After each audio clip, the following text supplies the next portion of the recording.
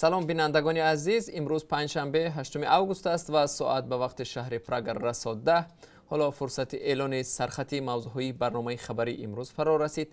تفصیلات این و گزارش‌های دیگر را در برنامه اخبار آزادی ساعت رسایک در پخش مستقیم و هم ثبت آن را در صحیفه آزادی ویدیو در شبکه اجتماعی یوتیوب میتوانید تماشا کنید. عملیات بازداشت الماسبک اتنبویف پرزیدنت سابق قرقیزستان در منزلش در کنار شهر بیشکک ناکام شد و یک کشته و 52 زخمی بر جای گذاشت. نیروهای قرقیزستان صبح 8 اوگوست بعد از یک کوشش ناکام بازداشت پرزیدنت در دهه قایتاش کنار بیشکک آن را ترک کردند. این قرار بعد از آن قبول کرده شد که در نتیجه مذاکرات طرفداران اتنبویف راضی شدند 6 نظامی به گرو گرفته را رها کنند. قرار است امروز جلسه شورای امنیت قرقیزستان و هم ژاگارکو کنش پارلمان قرقیزستان دایر شود.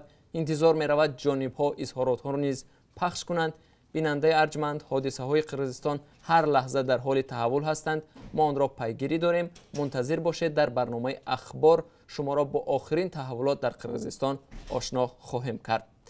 ادوکات را به پاره دادن مجبور کردند. او سرپیچی کرده خود اکنون به کرسی عیبداری نشسته است. ادوکات عبدالعزیز عبدالرحمنزاده برای آنکه طلب کارمندان آژانسی مبارزه با کروپسیا را در نسبت پاره دادن به یک دادرس رد کرده است، شکنجه شده و به علاوه آن بر ضد خود او پرونده جنایی باز شده است. در این باره اتفاق ادوکات‌های تاجیکستان و ائتلاف سازمان‌های جمعیتی ضد شکنجه اظهارات دادند. اما مقامات آژانسی این ادعا را رد کرده گفتند که وکیل دفاع با استفاده از مقام خدمتیش دست به قلابی زده است. عین زمان این وکیل مدافع در کرسی عیبداری نشسته است و همکاران ما در دادگاه سینای شهر دوشنبه این قضیه را پیگیری دارند. در برنامه اخبار در این باره به تفصیل خواهیم گفت. استراحت در ورزاب، پرتاب‌ها به آب، مقامات ساحه بهداشت و حفظ محیط زیست چندی از مالکان استراحتگاه‌ها و ساکنان را در کنار رود ورزاب جریمه کردند، چون برخی از باشندگان این موضع پرتاب‌ها را راست بر رود ورزاب می‌افکندند و قبور آب‌های غلیظ را نیز به دریا روانه کردند، در حالی که دریای ورزاب سرچشمه اساسی آب برای ساکنان شهر دوشنبه است.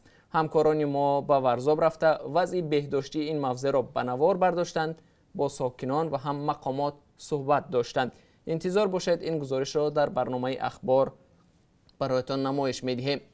در برنامه امروز همچنان گزارش داریم از شهر قراچی پاکستان. بیناهای این شهر بندری پاکستان اساساً بلند آشیانه هستند و کوچه‌هایش پرآدم و پرورش چاروا در شرایط شهر در نظر اول غیر امکان به نظر می‌رسد، اما نه برای قهرمان گزارش امروزه ما. بیننده ارجمند، برنامه اخبار را ببینید. گزارش دیدنی داریم که چگونه ساکن قراچی در بیناهای بلند آشیانه پرورش چاروا را به راه مانده است.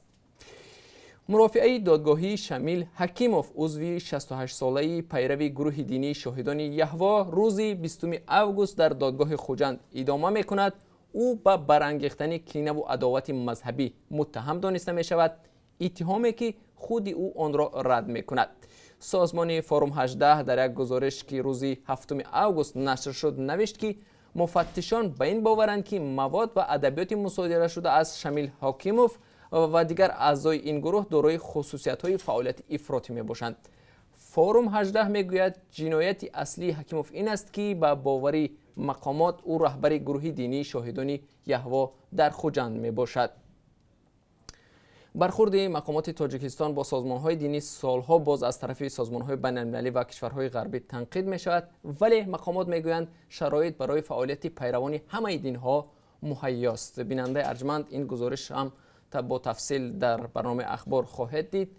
ما هر لحظه خبر و حادثه‌های تاجیکستان و جهان را پیگیری می‌کنیم و اگر در این فاصله وقت حادثه و یا نوگانی دیگری روی داد، حتما شما را در برنامه اخبار با آن آشنا می‌سازیم. تا کمتر از 3 ساعت ما را در پخش زنده در صحیفه آزادی ویدیو در شبکه اجتماعی یوتیوب و هم صحیفه‌های رادیو آزادی در فیسبوک و ادنا کلاسنیکی همراهی کنید.